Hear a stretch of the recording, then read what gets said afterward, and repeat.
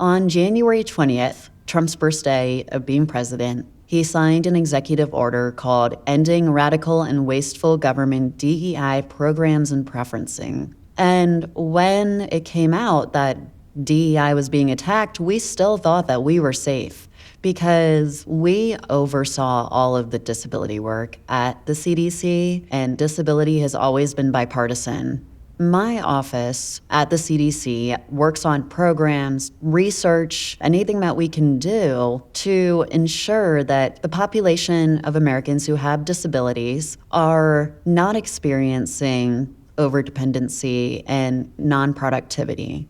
So by taking preventative measures, we're able to save the U.S. economy billions of dollars in unnecessary expenses. Our data is covering the broadest population possible in order to capture the bigger picture of disability as a demographic. And what we're trying to do now is recognize that disability does not equate to poor health.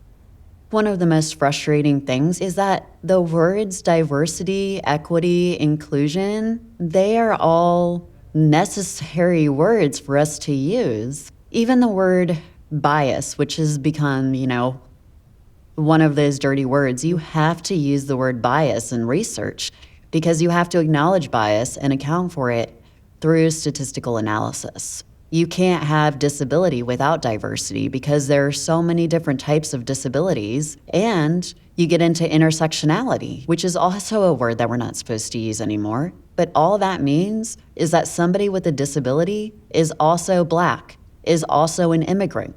We're trying to make sure that care is equitable because equity is efficient.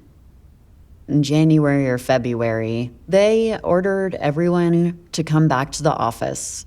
A lot of people who worked in disability at the CDC are disabled and depended on telework agreements. That entire office that was dealing with reasonable accommodations was fired.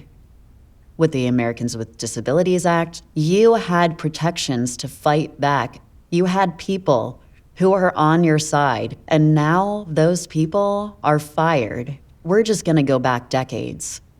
One of the first signs that I saw that we were in trouble was when some people in Tesla outfits walked out of someone's office and said, "We just did updates to your computer." And I went up to her later and I said, "There's nothing wrong with your computer, is there?" And she said, "No." And I said, "Should I report this?" And she said, "I'm not sure yet because we're not sure who to trust anymore." The next day, many more people were added to the DEI watch list. And it included many people that I worked with. The list included the names and pictures of anyone who they deemed as being too diverse or too equitable or too inclusive. They mostly just included the Black people. And now, whenever we're at work, it feels like we're being watched. I came to the CDC with so much passion. My job is about the populations that I want to serve and protect. It's about the dedication that I have to the CDC mission and to the oath that federal workers take. That's supposed to be bipartisan. It's supposed to be unbiased. I never wanted to be involved in any kind of media or anything. I just wanted to do science.